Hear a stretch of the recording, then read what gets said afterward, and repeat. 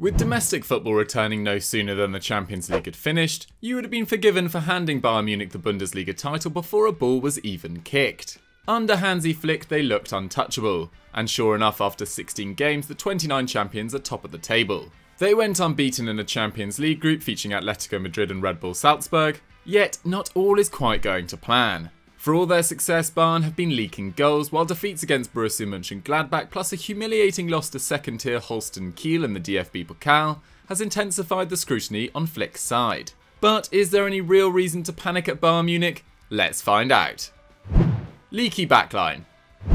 It's no secret that Bayern's high defensive line does mean they can be exposed. Lyon demonstrated this last season, creating 9 chances and missing 3 big opportunities in their Champions League defeat. Domestically, the warning signs were there too. Once Flick took over last November, Bayern only conceded 16 times.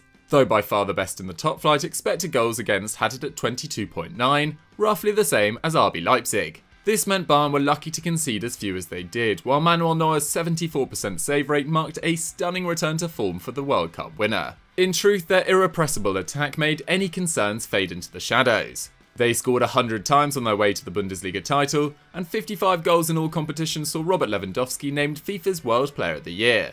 However, take a look at the current Bundesliga table and it's clear defensive issues can no longer be ignored. Bayern have already conceded 26 times, their worst return at this stage in 29 years. This is worse than every other side in the top 7, while 12 league games without a clean sheet is Neuer's longest ever stretch without a shutout. Although they have scored an outrageous 48 times, Bayern have dropped points in 5 separate games, and expected points suggest they are 6 better off than they should be. The opposition have grown bolder against the Bayern machine. The number of efforts they face has risen 25% from 8.4 to 11.3 per game, whilst their average possession has decreased sharply from 61.5% to 59.3%. In fact, their pass completion rate, aerial duel wins and time spent pressing in the opposition third has all decreased on last season. All indications Bayern's powerful grip on German football is cramping up. The result is that Die Rotten are currently expected to concede 1.4 goals per 90. Not only is this a whole goal more than last season, but worse than the rate that saw Niko Kovac eventually fired. Though Bayern are far from these levels of panic stations, across the board there are plenty who could improve. Before I go any further, just a quick reminder to subscribe to Eurofootball Daily and hit that notification bell to never miss a fantastic scout report. The culprits. So who in the squad is guilty of not performing to their best? Considering the defensive issue, centre-back is an obvious place to start. Jérôme, Boateng, Nicolas Süle and Lucas Hernandez have all been competing for the second slot in the back 2 next to David Alaba. Of the 3, Boateng has been the most consistent with 1,151 league minutes at the time of writing. This follows an excellent 2019-20 for the former Man City star, who successfully reinvigorated his career, having appeared to lose favour under Kovac. He earned his most Bundesliga starts since the 2014-15 campaign, won a massive 75% of his aerial duels, and posted his highest rate of successful interceptions in over 3 years. But this season the 32-year-old's future is back under the microscope. Boateng is currently being dribbled past almost once a game, only successfully tackling an opposition dribbler 33% of the time. His successful pressure rate has slumped and clearances more than half from 4.8 per 90 to 2.3. Considering the increased action taking place in their own defensive third, it's an alarming decline. For Nicolas Süle, the biggest problem are the uncharacteristic mistakes that have crept into his game.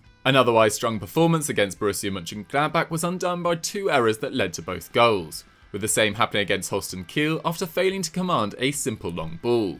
Having missed 49 games for Bayern since the start of last season with various injuries, the 25-year-old can be forgiven for not being at his best. But with scrutiny rising, he will know even the smallest of errors are currently unacceptable. However, out of all the defenders, arguably the biggest decline has been suffered by David Alaba. The Austrian was imperious in 2019-20 with no regular starter in the Bayern squad bettering his 90.8 passing accuracy last term. On top of that, he won 78% of his challenges, boasted the best progressive carrying distance in the Bundesliga, and completed an excellent 3.7 defensive actions per game. But Alaba hasn't been able to replicate that form. His normally meticulous passing has become surprisingly sloppy, with his 10.8 inaccurate long and short passes per game his worst league return in a decade. In fairness to the 2-time Champions League winner, he still tops the division for passes into the final third, while his defensive actions per game have all improved. But like Boateng, Alaba has had a tricky time when on the back foot. Quite remarkably, he has only been successful 15.4% of the time when faced with an opposition dribbler. In 2017-18 that stood almost 5 times higher, and is 25.7% less than last term. Alaba is still easily the best defender within Flick's squad, but with a move to Real Madrid next summer on the cards, along with the departures of Javi Martinez and potentially Boateng too, changes on the horizon in the Bayern defence. Thiago effect. In Joshua Kimmich and Leon Goretzka, Bayern boast two of the best midfielders in world football. However, that doesn't mean they don't sorely miss Thiago Alcòntara, who left for Liverpool last summer. In fact, the defensive frailties have exposed just how important the Spanish technician was towards maintaining order at the Allianz Arena. Thiago's ability to dance out of danger was unmatched by almost every midfielder across Europe's top 5 leagues. In 2019-20, he completed a minimum of 3 dribbles per 90 and regularly dribbled past at least 3 opposition players per game. For context, Kimmich has numerically needed 2 games to dribble past a player this season. The former Barcelona star's composure was also the best among his peers in Bavaria. He completed a squad-high 17 passes under pressure from an opponent last term, and once again Kimmich can't compete, having averaged no more than 10. To top it all off, only the electric Alphonso Davies could match Thiago's 4 tackles and interceptions per game. Coupled with an XG build-up of 0.89, his involvement in the passing sequences leading up to a goal, it's no wonder Bayern have suffered without the 29-year-old's unparalleled quality and ingenuity. Their decision not to replace Thiago or Philippe Coutinho has also come under fire. With summer signing Marc Roca nowhere near the first team squad, a new all-action midfielder could be what's required before the January window closes. One-man attack. Finally, as ridiculous as it seems, even De Rotten's lethal forward line deserves some critique. Against Holstein Kiel, Bayern created 22 opportunities with 9 on target, yet failed to convert a number of clear-cut chances. When Lewandowski came on with 15 minutes to go, it was a case of too little too late. Though just one game, Bayern's attacking struggles in the North German blizzard are indicative of problems they have suffered all season. Serge Gnabry, for example, has only scored once in the league since netting a hat-trick in the opening game of the season. What's more, the 25-year-old has 0 assists, yet is still offering 3.6 shots and key passes per match. Thomas Müller too has been misfiring. Prior to scoring against Freiburg last weekend, he hadn't found the net for 7 straight games. In that period, he failed to play the full 90 just twice and could only muster up 10 shots. In fact, the Bayern Academy product is only shooting 1.5 times per 90, his lowest rate in 4 years, and hitting the target 33% of the time. The fullback should also take some responsibility for the attacking decline. Last term, Benjamin Pavard and Alphonso Davies racked up 15 league goal contributions combined, though they haven't even got one this season. Davies can be forgiven, having already missed a large chunk of the season with injury, but the same can't be said for Pavard. Strangely enough, the Frenchman's touches in the final third have increased by 37%, and crosses improved to 2.6 per game too.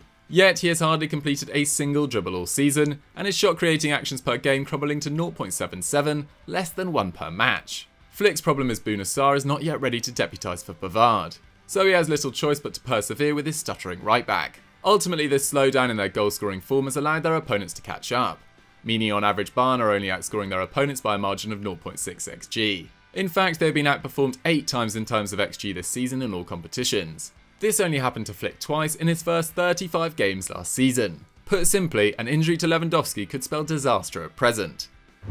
Can Bayern recover? Bayern Munich's problem is that in the end, they have become a victim of their own success. The general consensus in Bavaria is that the team is shattered, having played relentlessly over the past 6 months. Coupled with their commitment to an exhaustive press and limited midfield, and lack of opportunities for coaching, the cracks in the Bayern Munich machine are plain to see. But losing to Holstein Kiel may actually prove a blessing in disguise, with one less competition to worry about. They are still a side perfectly capable of steamrolling even the toughest of opponents, and in Lewandowski have arguably the best player in the world right now. However, Flick's side desperately needs a break. Once that happens, their normal destructive service should resume. So guys, that was our scout report on whether Bayern Munich currently have any problems. What did you guys think of it? And do you agree the Bayern machine is not quite clicking at the moment? Let me know in the comments down below. If you've enjoyed this video, don't forget to like it, leave a comment and click on screen for another great Euro Football Daily video. And I'll see you next time.